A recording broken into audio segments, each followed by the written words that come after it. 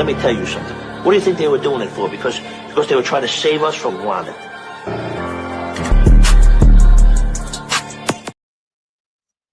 Well, hello again, everyone, and welcome to another live edition of On The Go right here on Driving to the Top Productions, where I'm your host, Big Hoss, and I'm bringing the sauce on the first of the month. It is August 1st. It's SummerSlam weekend, and we got some shenanigans for you. What's up, everybody? Thank y'all for tuning in on this lovely day, a lovely month, because not only it's Leo month, Leo season, football's back for the next 7 months every single week. We got the return of international soccer coming, people going back to school, going back to college, and we got more baseball to watch on TV and all the wrestling you can ask for. Very exciting month. Before we go any further, you know what to do. Hit the like button. Hit the subscribe button. You can find me on X at BigHoss337. Follow me on Facebook, Instagram. Subscribe to my YouTube channel at Marcus on the Go. You can follow this show on the go at onthego_TXLA on Instagram and X, and Driving to the Top Productions. Subscribe to them on YouTube, follow them on Facebook, Instagram, plus on X at Driving to the Top. And this show is sponsored in part by Rogue Energy, the #1 sports gaming drink in America. Go to rogueenergy.com or download the Rogue Energy app on any mobile device. Use my promo code right here, OTG. Fuck, I had it ready. That's what I get for not getting my shit ready. There we go. Right there, OTG, to get 10% off of your order. Proud sponsor of this show, indeed. On the Go is. There's again. I'm not on my cue today. Well, now I'm about to be on my cue. What's up, everybody? Hope y'all having a wonderful weekend kicking off this August. I got a lot of great stuff we're going to talk about. We got SummerSlam to predict. I'm going to preview the McNeese football upcoming season. And I got a lot of shit going on in H-Town, so let's not waste any time. Let's kick this show off in the 713. Let's go.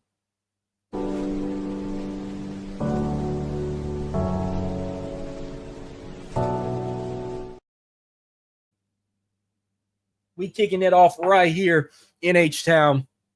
First, I was going to have a lot of negativity to say about the Astros, but it got a little better. Yeah, last week, they got swept by the Parts Unknown Athletics, or the Homeless Athletics, or whatever you want to call them. Yeah, they got swept by them. But this week got a little better. They did have a series with the Washington Nationals that they ended up winning. They dropped the first game, and then I know by Tuesday, they got back in the win column. So let's look at the score real quick from earlier this week. Let's go back to the end of July. So they fell 2-1 on Monday. Tuesday, they got back and won 7-4, but it was Wednesday. They dominated the shit out of the Nationals, winning 9-1. That now puts them at 62-47 of the season. They're still first in the AL West, third in the American League as of right now, and currently 8th overall in MLB. But going back to that 9-1 victory over the Nationals on Wednesday, there were 3 home runs in that game, courtesy of Jose Altuve, Cooper Hummel, and Yainer Diaz. Overall in this game, we had 32 at bat. There were 9 runs, 10 hits, 9 RBIs, 3 home runs, 2 base on balls, and 7 strikeouts total.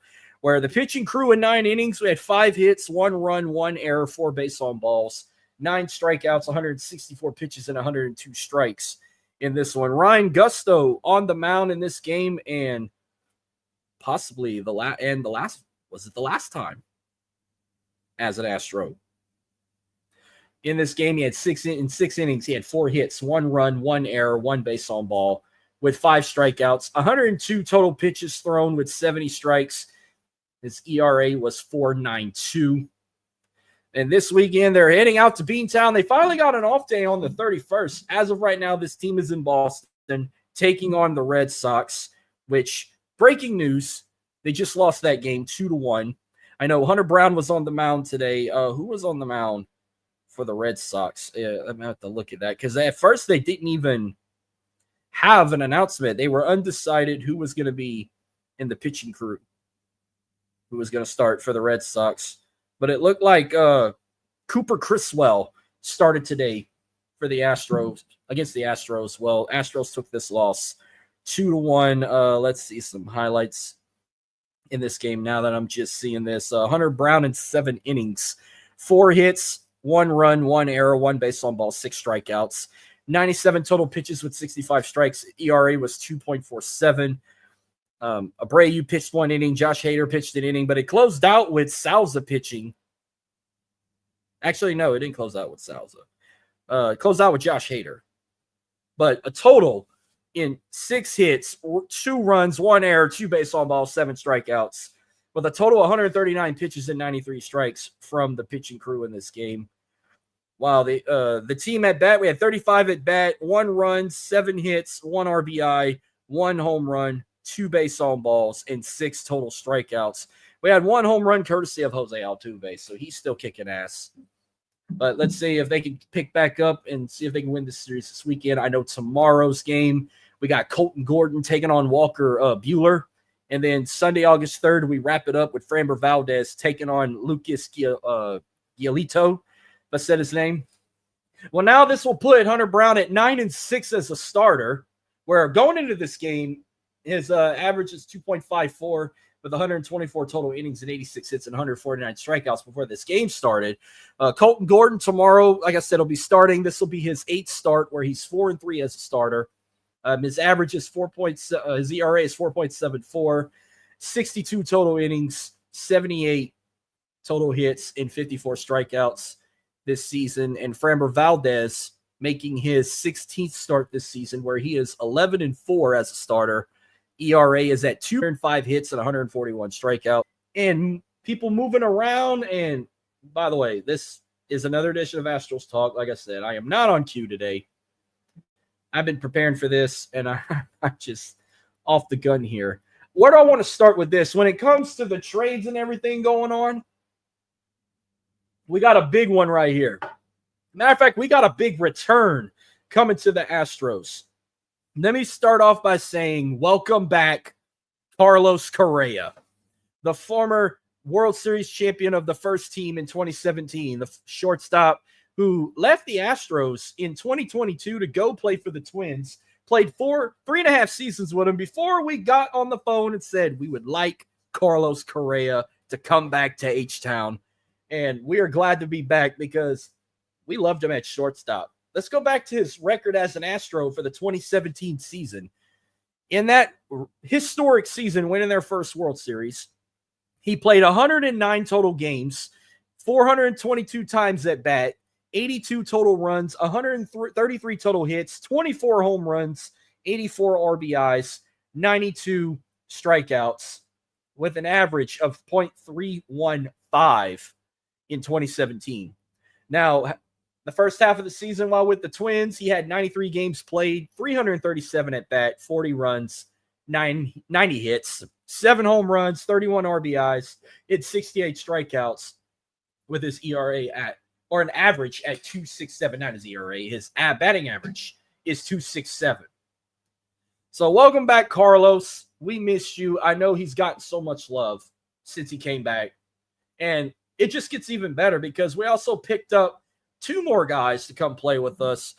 First, from the Baltimore Orioles, we got third baseman Ramon Urias, who been with the Orioles since 2020. So in 4.5 seasons with Baltimore, he played a total of the first half of the season. He's been with Baltimore since 2020, but for the first half of 2025 with the Orioles, he played a total of 77 games, 258 at bat, 27 runs, 64 hits, 8 home runs, 34 RBIs, 60 strikeouts with an average of 2.48 this season so far. We're excited to have him back. Not back. We're actually to have him come play with us. And then lastly, Jesus Sanchez, right fielder from the Miami Marlins, gets the call to come to H-Town. Another guy who's been with a team since 2020. He's been with the Miami Marlins since 2020. First half stats in 2025, he had 86 games total played, 305 times at bat with 40 runs, 78 hits, 10 home runs, 36 RBIs, and 70 strikeouts with an average of .256. So if you want to look at how the lineup can be, bringing in Ramon and Jesus, I mean, what I calculated right here. So that would put Jesus at left field, along with Taylor Trammell at center field and Cam Smith at right. In the infield, Ramon would be at third base, with Mauricio Dubon at second, Christian Walker at first, but probably with Carlos. Even though Carlos is at shortstop, but we also got Pena playing shortstop. Catcher, of course, Yonder Diaz. That's about your infield. I mean, they probably would rotate it around unless they move some player positions around. With the Red Sox, we had Altuve as a designated hitter, so they could be rotating some people around. You know, whether they could put where they sit Pena out or make him a designated hitter to put Correa back at shortstop with Altuve on second base if he's not playing in the outfield. I mean, it could go either way, but that could be like a potential starting lineup now with the two new guys we signed. But yeah, this was just a press release courtesy of the Astros for the last couple of days. You know, they acquired Carlos Correa and Jesus Sanchez.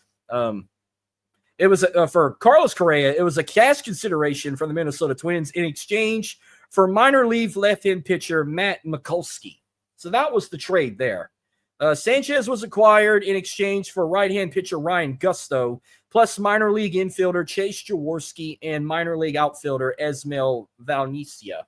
So Ryan Gusto, like I said, that was his last game that went over the Nationals as a starter. He's now going to the Miami Marlins after playing 2 seasons with the Astros. So far this season, while with the Astros, he played a total of 24 games. He started 14 of those 24. His ERA, 4.92. He has a 6.36 winning percentage, but in 86 innings, 87 strikeouts, 28 base on balls with 95 hits and 50 runs and 47 errors for the first half of the season for Ryan Gusto. I do want to thank him for his time with H-Town. And we wish him nothing but the very best in Miami. I know he's going to be great. Just like I know Ramon and Sanchez are going to do great with us. And, of course, we got a veteran back in Carlos Correa. So Carlos and Altuve, probably the only 2 guys we got left from that 2017 team, now back together. Wow. Some people are like, we got to get the big 4 back together. Bregman's still with the Red Sox, Springer's still with the Blue Jays. Like they want to get the band back together. I don't know about that. I don't even know how Bregman did. I didn't even want to pull his stats up in that Reds. I didn't even watch tonight's game against the Red Sox. I'm gonna try and watch it tomorrow while I'm watching SummerSlam. But let's see if I can pull something in today's game with Bregman. So let's see. So today, he was at bat 4 times. He only had 2 hits. His average was 301. So it looked like Bregman didn't really have a good game today. Don't look like he had any good hits today. But I'm not gonna hate the guy. He's a former LSU Tiger. Come on, all right, you gotta love Alex Bregman. But that's just all the Astros talk I have as of right now. I do got an update. I did some training camp updates for the New Orleans Saints, and now I'm going to do one for the Houston Texans. So let's see what I can pull up. This was actually today's news. The ball hit the ground a lot from the quarterback. So I know C.J. Stroud started off bad with an interception to Kamari Lecister in a 7-on-7, and David Mills threw one to Jalen Smith during 11-on-11. C.J. Stroud had some pressure, but some of that wasn't on the O-line. But the defense did perform good today. On the other side, the offense can't have many more days like this with struggling, but it looked like the defense won the day today. Plus, I remember C.J. Garner-Johnson, a former New Orleans Saint and an Eagle. He's now a Houston Texan. He had a moment where he was walking down the sideline and he shouted, and I quote, "The way we shooting gaps, I might have 20 touchdowns." There's high hopes of what that defense can do. The other day, the defense controlled it again. So, I mean, I don't know what's up with Houston's offense. They were claiming that they were supposed to have the best offense in that division, and it looks like the defense is kicking ass on this. Derek Stingley Jr., former LSU Tiger, he had a hell of a day yesterday. He broke up a pass towards Nico Collins. What else we got here? I'm trying to find something interesting. I want to see if there was something that the offensive line did. Not just the offensive line, the offense in general did. But with what I'm reading, it looked like the Texans offense just was not on its cue. I guess this happens when you rely on an Ohio State quarterback. Like, look, another one. The offense struggled throughout the weekend. Like, CJ Stroud threw a pick six. Like, geez, man. What's up with this team? Like, you guys were actually relevant last year, and you guys are playing like shit at training camp. And you got your first preseason game coming up next Saturday, a week from tomorrow, and you can't even complete a pass or get the offense to move the chains or not. You're throwing picks. I'll talk more about the NFL Hall of Fame game later, but the Texans' first preseason game is Saturday, August 9th, a week from tomorrow, 3 p.m. kickoff. It will be televised on the NFL Network. They're taking on the Minnesota Vikings. Probably won't be a pretty game, but I will check it out. All I'm going to say is they need to step it up. By the way, do I need to say any more? You want to talk about pissing me off? Before I get to this next topic, let's just say, oh God, the Houston Dynamo. Can this club get any worse? They don't know what the fuck they're doing. Do you understand that? You're on your second game in league phase, and you're playing like, matter of fact, let's go back to the first game. Go back to Tuesday, July 29th. You play the Tigers from that Mexican league, which, by the way, I think that league, I don't even remember what they're called. I know they're dominating. They actually been dominating. It's Liga MX, by the way, is the name of this league. Well, first off, the Dynamo lost 4-1 to the Tigers on the other night. 47% possession, 4 shots on goal, 9 shot attempts, 15 fouls, 2 yellow cards, 5 corner kicks, and 4 saves in this game. It was horrible. I'm looking at, when did they score? Did they score early in the matchup? Did they score late? Let's go to key event. So the Dynamo scored in 47 minutes of play. Andre Linger hit a right-footed shot from the center of the box to the bottom right corner, assisted by Brooklyn Reigns with a through ball. That was the only goal they had in that matchup. And then they're playing their second league phase game as of right now. 32 minutes into play. They're trailing 1-0 to, is it Mazatlan? Mazatlan? I don't even know how you, I can't even pronounce some of these cities or town names in Mexico. If one of y'all says some silly ass name, this whole class is gonna feel my wrath. Well, here was an update. It's now 2-0 Mazatlan in this game. Yeah, they're gonna blow this one, and they're gonna go to 0-2 in Leagues Cup. Here's just what we got left for the month of August for the Dynamo. They're horrific. They got one more league phase matchup, August 5th against Pachuca. And then they go back to regular season play. They're not even going to move forward. They got Austin, August 9th. Vancouver, August 17th. They host San Jose, August 23rd. And they close out the month with St. Louis on August 30th. As of right now, the Dynamo is 11th in the West, 6 draws, 11 losses. This team is dog shit. How many wins? Not a whole lot. Leagues Cup right now, I feel like Liga MX has been dominating this whole thing. So let's go back and recap. I know there's a few more days left in league phase. So let's go back to July 29th, same night the Dynamo lost their first matchup. Montreal and Leon drew 1-1, went into overtime where penalty shots were played. Montreal won with penalty shots at 7-6. Toluca and Columbus drew 2-2, went into penalty shots where Toluca won 4-2. Puebla beat NYCFC 3-0. Mazatlan beat LAFC. Well, they drew 1-1. They went into penalty shots, winning 11-10. and Pachuca beat San Diego 3-2. So that was 6 matchups Tuesday night. They're kicking MLS's ass. They're now 5-1. That was just day 1, 5-1. I want to type or write this shit down. Like I want to tally this. So on first day, 5 for Liga MX, 1 for MLS. So let's go to Wednesday's matchups. Necaxa beat Atlanta 3-1. Miami beat Atlas 2-1. UNAM and Orlando drew 1-1, but UNAM won with penalty shots 4-3. Minnesota beat Querétaro 4-1. Salt Lake beat America in penalty shots. They drew 2-2, went in the penalty shots and won 3-1. And Portland beat Atlanta St. Louis 4-0. So they kind of got a little better.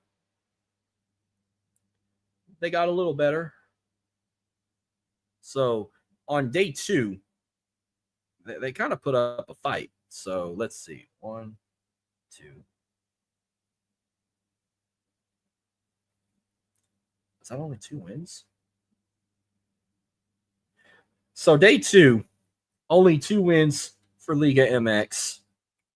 And that put MLS at 4 wins for day 2. So not bad. Got that down. Let's go to yesterday, July 31st. Cincinnati beat Monterrey 3-2. Juarez beat Charlotte 4-1. The Red Bulls beat Guadalajara 1-0. Colorado beat Santos 2-1. Seattle beat Cruz Azul 7-0. And LA Galaxy beat Tijuana 5-2. So that was 6 matchups. Liga MX only won 1 game that day. So that put MLS winning 5. We still have 2 more games left to play. LAFC will play Pachuca and the Tigers will play San Diego. But as of right now, NYCFC beat Leon 2-0 and Columbus beat Puebla 3.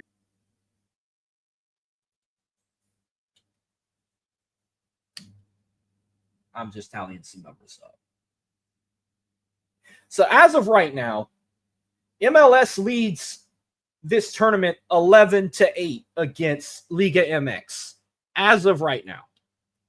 Yeah, Liga MX was on a hot start, but as of right now, a total of a total of damn near 20 games. They're up 11-8. Damn near 20 games. MLS leads at 11-8 as of right now. And we still got a lot more Leagues Cup to play before they crown another winner. So here's what we got for the second half. I'm going to do sometime next week. So this is what we got coming up. Saturday, tomorrow, August 2nd, we got Orlando taking on Atlas, Miami versus Necaxa, America versus Minnesota, UNAM versus Atlanta, Salt Lake versus Atlanta St. Louis, and Portland versus Querétaro. Sunday, August 3rd, we got Cincinnati versus Juarez, Guadalajara versus Charlotte, Monterrey versus the Red Bulls, Colorado versus Tijuana, LA Galaxy versus Cruz Azul, and Seattle versus Santos. They get an off day on Monday. Tuesday, August 5th, we get the Dynamo taking on Pachuca, their final game, probably their final one of this league. Columbus will play Leon, Toluca will play NYCFC, Montreal will play Puebla, Mazatlan will play San Diego, and Tigers will play LAFC. Wednesday, August 6th, Orlando will play Necaxa, Atlanta will play Atlas, Miami will play UNAM, Minnesota versus San Luis, America versus Portland, Salt Lake versus Querétaro, and Seattle versus Tijuana. And the final day of league phase is August 7th, Cincinnati versus Guadalajara, Monterrey versus Charlotte, the Red Bulls versus Juarez, Cruz Azul versus Colorado, and LA Galaxy versus Santos. So what I'm going to do is, if I most likely will do 2 shows next week, I will recap the rest of league phase before I even want to talk about the quarterfinals, because that's a lot more soccer to talk. All I can say is the quarterfinals will take place August 8th through the 20th. The semifinals will be between August 21st and 27th, third place game, and the finals will happen between August 28th through the end of the month of August 31st. So that's all I got for a league phase update. And that's all I got for H-Town. Let's take it to my neck of the woods because we're going to focus on one of our main topics. So without any further ado, let's take it to my neck of the woods. Let's go to the 713. No, psych. I'm joking. Let's go to the 337. Fuck, I need to stop drinking Miller Lite while a new scoreboard. I think a new field too. They got a bunch of great new stuff. And we got we got a legend back. The one and only Matt Viatar is back at McNeese where he belongs in our state, plus in the city of Lake Charles, to be a coach. As a linebackers coach in 1999, he was promoted to offensive coordinator from 2000 to 2006, and then the trail goes when he became the head coach in 2006, and for damn near a decade, from 2006 to 2015, he was the head coach of the McNeese Cowboys. He did leave in 2016 to go coach for Louisiana Monroe all the way till 2020. Then he came to be the Raging Cajuns quarterback coach from 2021 to 2024, and now he's back where he belongs. He's back in LC. He's back in Lake Charles. He's back with the Pokes. His overall record as a head coach, he's 97-72. Not bad. 4-time Southland Conference champion, 3-time Southland Coach of the Year as well. Welcome back, Matt Viatar, now with your 11th season as the McNeese head coach of your total career. We also got a couple of newbies. Offensive coordinator Tyler Bothing making his debut with Pokes, as well as Kyle Selger as a co-offensive coordinator, plus Tony Picararo, now his 4th season as defensive coordinator for the Pokes. We got quite a bit of returning starters, but the only thing we're waiting to find out is who's going to be that starting QB. Who will be the QB1 going into the 2025 season? I know last year we've rotated quarterbacks around, and it started with the man who still leads this team in passing, Clifton McDowell, who started his career with the Raging Cajuns, then took it to Central Arkansas, then to the University of Montana, and then last season he comes to Lake Charles to come quarterback for the Cowboys. Last season, 1,054 passing yards on 113 attempts, 63 completed passes, with a percentage of 55.8%, averaging 9.3 yards. His longest was for 80. He had 6 touchdowns, 3 interceptions. He was only sacked 6 times last season. We also got Camden Sickkiller, also a quarterback who 928 yards, 160 attempts. He averaged 5.8 yards, completing 53% of his passes. His longest was 39, with 3 touchdowns and 6 interceptions and 14 sacks. Plus, we got Alex Flores at quarterback, 337 yards. He kind of pulled at the end last season. He had 51 attempts, 34 completed passes, 66% passes complete, averaging 6 yards. His longest pass was for 38, but he also had 2 touchdowns, 2 sacks, and 2 interceptions. Leading in rushing, we got Josan Barbie back. I think he's a sophomore. Last season, he rushed for 831 yards on 149 carries, averaging 5.6 yards per carry. His longest was for 69 yards with 8 touchdowns. We also got guys like Bryce Strong, Kobe Ham, Trevante Citizen. We got all these guys in rushing. D'Angelo Durham, coming in receiving. I know leading in receiving. We also got returning Jonathan Harris, Cameron Senegal, Jesse Campbell, Logan Malden at tight end, Jamal Levi, also at receiver, Giant Marks, I already said Bryce Strong, Jalen Wright. I'm just saying Reed Boyd. I'm naming even a couple tight ends. Like, we got quite a bit of people coming back, and even the defense. Michael Darby at linebacker making his return. He leads. He had 47 assists. We also got Ernest Grayson, Jalen Jackson, Wellen Williams, Cedric Applewhite. Man, we got a lot of players back. I could be more proud of. I think they're going to have a much better season this coming year. Yeah, last year they did a lot better than they did in 2023. Because remember, 2023, they had no wins at all. They were only given 1 win by a forfeit after that horrific tragedy at Northwestern State. But we didn't count it didn't really count as a win. They haven't really played a game and won. until last season. They did way better last year. 6-6 overall, 3-4 in the conference in Gary Goff's last year. That's what those guys did. But it was better than the year that they had before. And let's see what the McNeese Cowboys got this year. I know they're kicking off the season at home. August 30th, they're taking on the LCU Wildcats from Division III. So the Wildcats are coming to town. I know that place should be packed. I'm guaranteeing a win here. I mean, no disrespect to LCU. The only Division III school in the state. We have no Division II colleges in the state, by the way. A whole different atmosphere, but hey, it's nice. I will acknowledge LCU at some point because they have taken some Lake Arthur Tigers in the past and made them into stars. And we got another one coming on the horizon. Shout out to Lake Arthur there. Dalen Charles, Ryan Richard had amazing seasons at LCU. We got Carson Myers, who's now going to play for LCU. He's going to make his debut in his backyard. Supposedly he's getting playing time. I hope he does. I'll be watching. Unfortunately, I won't be there. But I will watch it right here while I'm watching LSU. But I mean, I'm going to make some games. I'm giving them a win here. They're going to start off the season 1-0 before they go to UL week 2. And I said both teams were coming in that game 1-1. But I was giving the Raging Cajuns the win against McNeese. So that will put McNeese at 1-1 of the season. Week 3, they're back at home on September 13th. They take on Weber State from the Big Sky, who last year they went 4-8 of the season. Matter of fact, I think they played each other last year. If I'm correct, I'm actually trying to look. Or the last time they played, I think McNeese beat them. It must have been a couple of years back. I'm not even going to try and look any forward. But you know what? I'm going to give McNeese this win.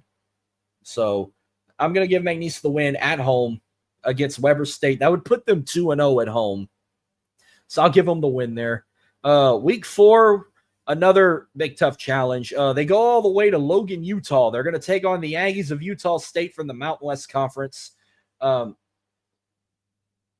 Last year, Utah State went 4-8 overall, 3-4 in the Mountain West. And Bronco Mendenhall, an upset. This would be huge. And I'm not going to count my chickens before I hatch. I think they can pull it off. You know what? Who cares? I think Austin, who's made their return in the Southland Conference last year, and their return back, they went 7-5 overall, 4-3 in the Southland Conference. They did fall to McNeese last year, 28-24, in a hell of a game. But this is going to be in Nacogdoches. If McNeese can keep it going together, I could see them winning this game too. So give me McNeese beating the Lumberjacks and put them at 4-1 of the season. Then it's going to get a little tough. Week 6. I think this is week 6. Yeah, week 6.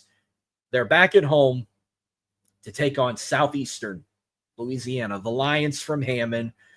Their 8th season with Frank Scalfo.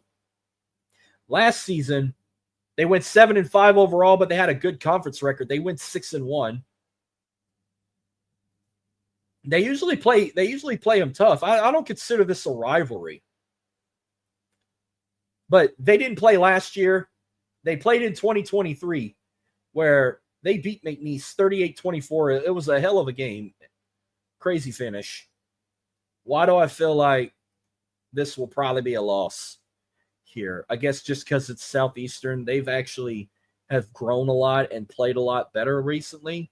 So, unfortunately, I'm going to have to give them their second loss of the season, their first loss at home, and their first loss in the conference. So that will now could put them at 4-2 of the season if they would lose to this one as well. Then, what's this one? Week 7. Is this week 7 or this is week 8? I think they get a bye week before. Let me see. I'm pulling the calendar up so I don't get my dates mixed. So, yeah, they will have a bye week after the Southeastern game. Week 7, actually, is the bye week. Week 8, October 18th, will be homecoming against formerly known as the Houston Baptist Huskies. Now they changed their name to Houston Christian. Their second season under head coach Jason Bachtel. Last season, 5-7 overall, 3-4 in the conference. They did play each other last year. They beat McNeese 43-22. They beat the dog shit out of them. Maybe it'll change. I mean, homecoming might give McNeese a different vibe. I'm going to give them the win. I think they can beat Houston Christian because it's not often you won. Nope. Actually, it wasn't this. Who won the Southland Conference last year? Oh, okay. Monroe's first year as defensive coordinator. Another team that's rebuilding in the conference. The fact I just realized, like, this is what they dealt with last year. Now, they did beat McNeese last year. They beat them 24-19 in a close game. But that was in Thibodaux. Well, actually, that was in this one's in Thibodaux at Manning Field. So I'm going to go with McNeese. McNeese can beat Nichols. They're kind of in that rebuilding mode as well. So give me a win over the Colonels. I got Nichols here. Then this week 10, November 1st, they're back at home. Second of 3 rivalry games. They're taking on the Northwestern State Demons. They don't even have a name for this rivalry. It just says rivalry. And when was the last time Northwestern State had a successful season? I can definitely tell you it was not the last 2 years. Northwestern State hasn't won a football game since 2022. The last time the Demons in Natchitoches won a football game, November 5th, 2022 against Texas A&M Commerce, now known as East Texas A&M. They beat them 41-14.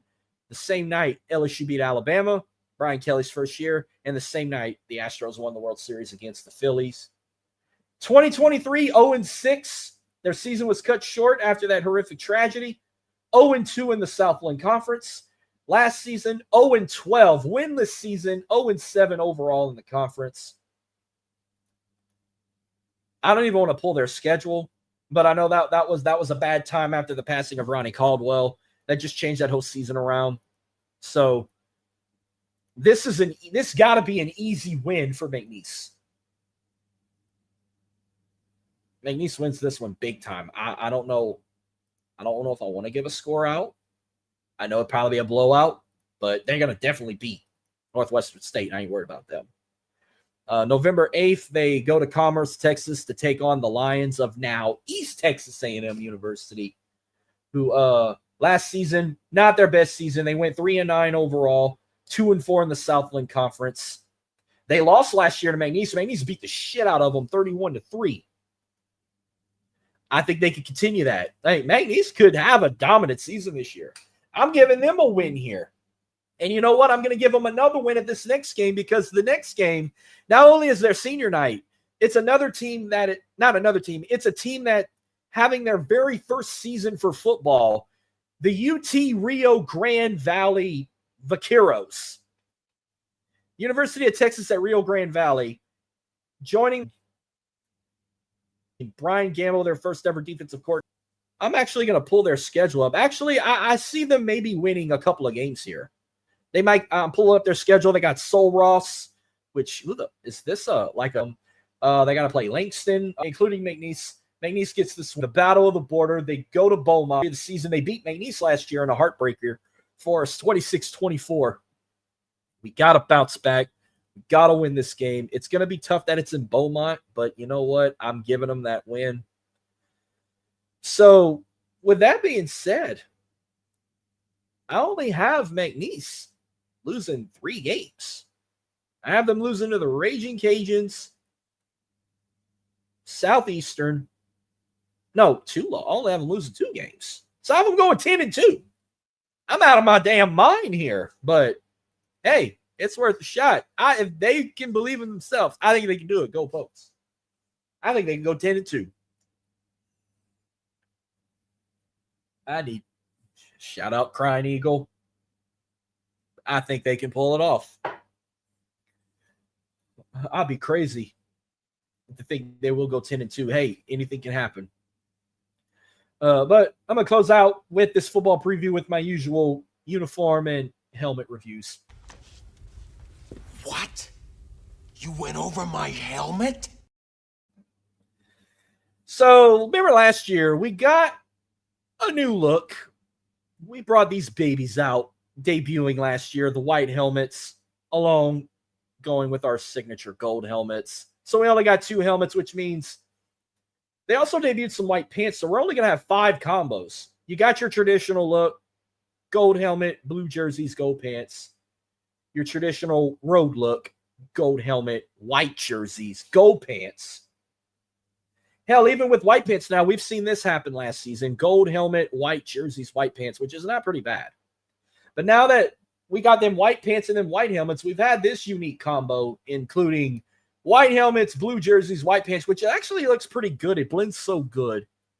And last but not least, if you're going to go white, you got to eventually have an all white out. That looks pretty dope, by the way.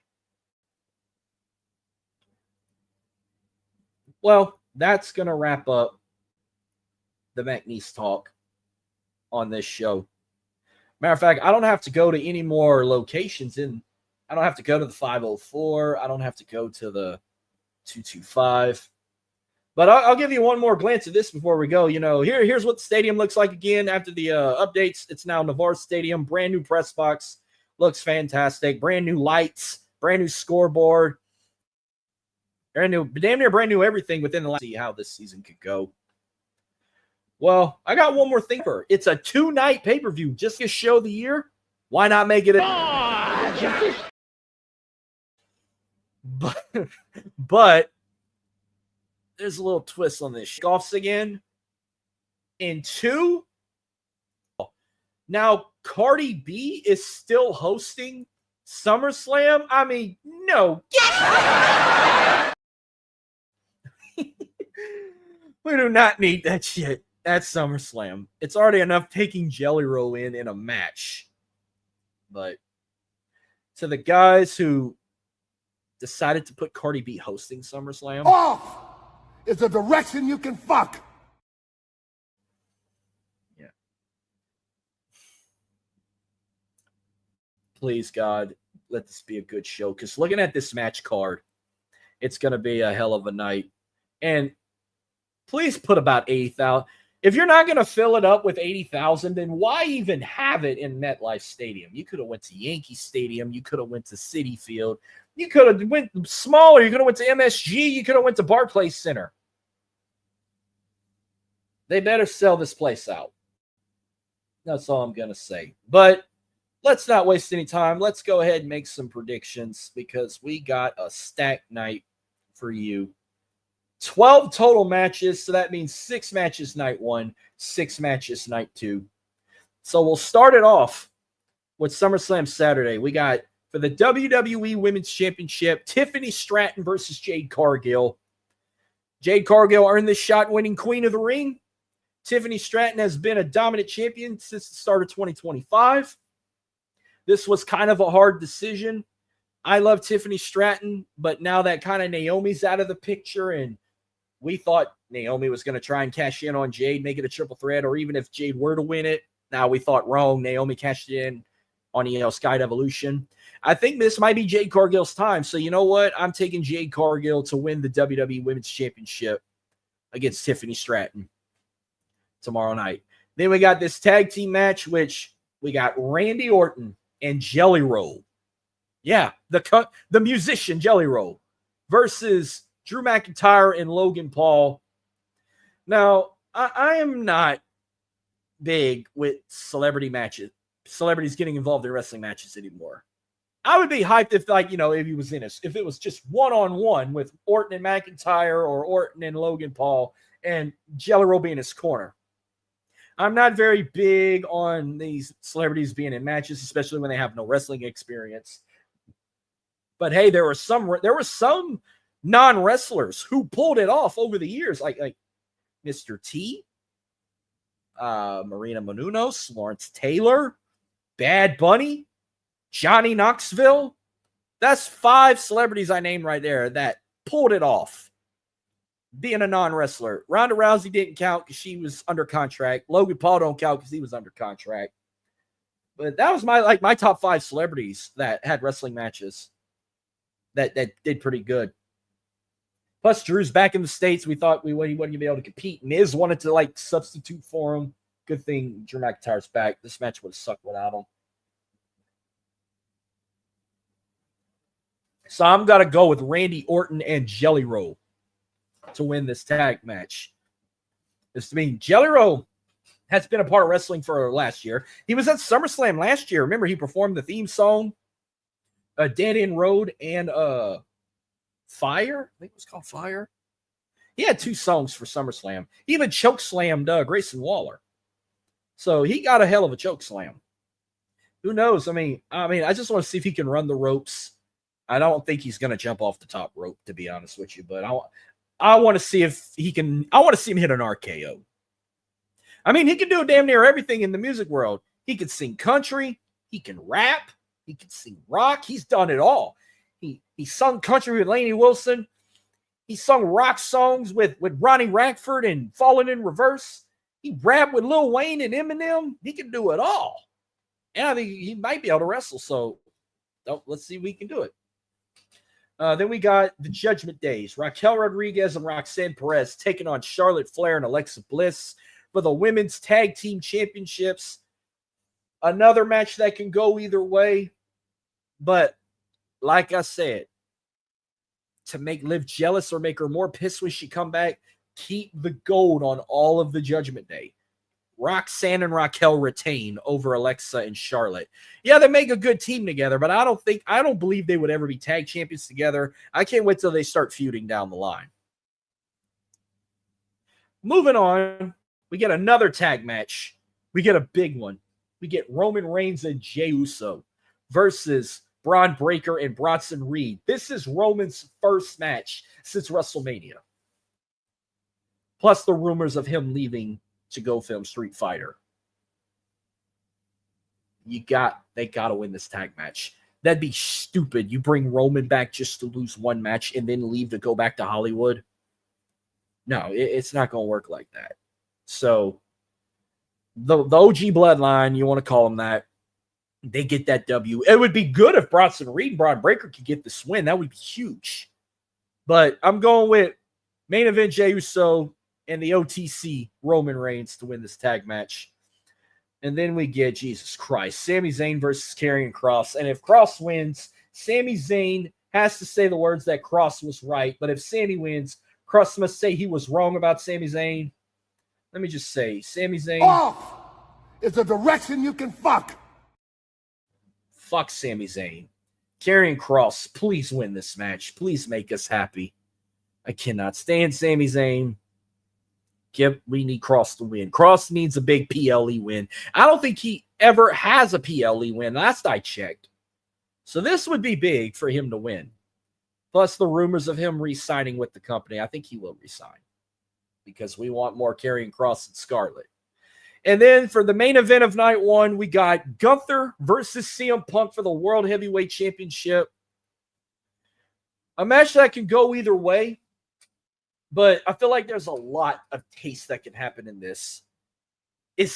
Seth must really be hurt? Some people think Seth is faking an injury. They think Seth's going to cash in Money in the Bank and screw Punk and whatnot. That would be fucking genius if he did that. But I think he's legitimately hurt. And some people think Gunther will retain because, they just put it on him just to have that view with Goldberg, and they don't think they're going to make Gunther a transitional champion. But, since Punk came back, he tried to get the title. He never got it. I feel like this is another chance for him to get it. So it saves me to say that CM Punk is walking out of SummerSlam. First time since 2011 he's been world champion in WWE. Last time, Io Sky triple threat match for the Women's World Championship. A match that I wanted to put as a main event, but this match might kick off night 2. Lately, women's triple threat matches this year have been kick-ass. And we get another one. A lot of people are riding on Rhea Ripley to win another title. But Naomi, I just want to say, I've said it before and I'll say it again. I absolutely love this new gimmick. They finally dropped that glow shit. This proceed with caution. I absolutely love it. I love this new attitude of hers. She's got to win this match. Besides, you don't want the IWC to get pissed off making her a transitional champion because it's been a long time since she's been women's champion. I think it's been 8 years. So Naomi retains. Give me Naomi winning the triple threat. Then we get Becky Lynch and my most favorite, Lyra Valkyria. I love you. No disqualification, no count out, last chance match for the Women's Intercontinental Championship. If Becky retains, Lyra can no longer challenge for the title as long as Becky's the champion. They did this same shit. I think it was it was Backlash or Money in the Bank? I think it was Money in the Bank. They had that same stipulation where if Becky couldn't win the title, she couldn't challenge as long as Lyra was holding it. But since Lyra lost, she had to raise her hand in victory and acknowledge she was the champion. Lyra's going to make history, baby. She was the first Women's Intercontinental Champion, and she's about to be the first two-time Women's Intercontinental Champion. Give me my lovey-dovey, yum, eat 'em up, Lyra Valkyria. Yum, yum, eat 'em up. Yum, yum, eat 'em up. Lyra wins, baby. Then we go from this to this. Solo Sikoa versus Jacob Fatu in a steel cage match for the United States Championship. What's the point being in a cage match? Is it to try and keep, I don't even know if they're called the Bloodline. I don't even know what Solo's little faction's called anymore. They're going to find a way to get involved. As much as I would love Jacob Fatu to win the title back, something tells me they're going to still find a way for Solo to retain. So I'm just going to go off the limb and say, just let Solo retain. That way we can put Jacob at the higher mountaintop. Let him go after the world championship now. If you're not going to put the U.S. title back on him, have him go after the WWE championship. So I got Solo Sikoa retaining the U.S. title. Then we get Dominic Mysterio versus AJ Styles. For Dominic faking an injury, don't want to compete with AJ. Wait for you to be clear, man. When they were in Houston, he janitor, a valet Parker, saying, get that physical so we can have that match. I feel like it's going to be an interesting match, but I'm only saying this, and this is why. It's unfortunate enough that I have to say right here on this show with all y'all listening and tuning in, whether you're watching on my Facebook page, my YouTube channel, my X, or on Driving to the Top Productions X and YouTube channel, I'm only picking Dominic Mysterio to retain because I would rather him hold a mid-card title than hold a world championship. Because, goddammit, if he wins the AAA Mega Championship at Triple Mania against Vikingo, I'm going to be so pissed. I'm going to, them two plus fuck you, Dragon Lee, and El Grande Americano or El Ludwig Americano. See, if it had been El Gable Americano, I would have loved that version of El Grande to be champion. Dragon Lee, fuck you. Dominic, fuck you. I want Vikingo to retain. If anybody should take it off him, I mean, I would say El Grande, but not the right one. But hell, El Ludwig Americano's been kicking ass in AAA. He's so over with the crowd. So you know what? Him as the mega champion wouldn't be bad. As long as it ain't Dragon Lee, especially, or even most of all, Dominic Mysterio. So give me Dominic to retain the IC title just to keep him away from that AAA Mega Championship. Then we got this mega match here. We get the White Six, Andrade and Rey Fenix, DIY, Fraxium, the Motor City Machine Guns, and the Street Profits in a six-pack tables, ladders and chairs match for the WWE Tag Team Championships. By the way, 25th year anniversary of the first ever TLC match that happened at SummerSlam 2000, 25 years ago. They'll say TLC 2 was the greatest TLC match of all time, involving tag teams maybe. Greatest singles TLC match I ever saw was John Cena and Edge at Unforgiven 2006. Something tells me this could be a match of the night. This could be a show stealer, because Lord knows what these 6 teams are going to do to each other. But I think we're going to crown new tag team champions, and I think we're going to get a curveball here.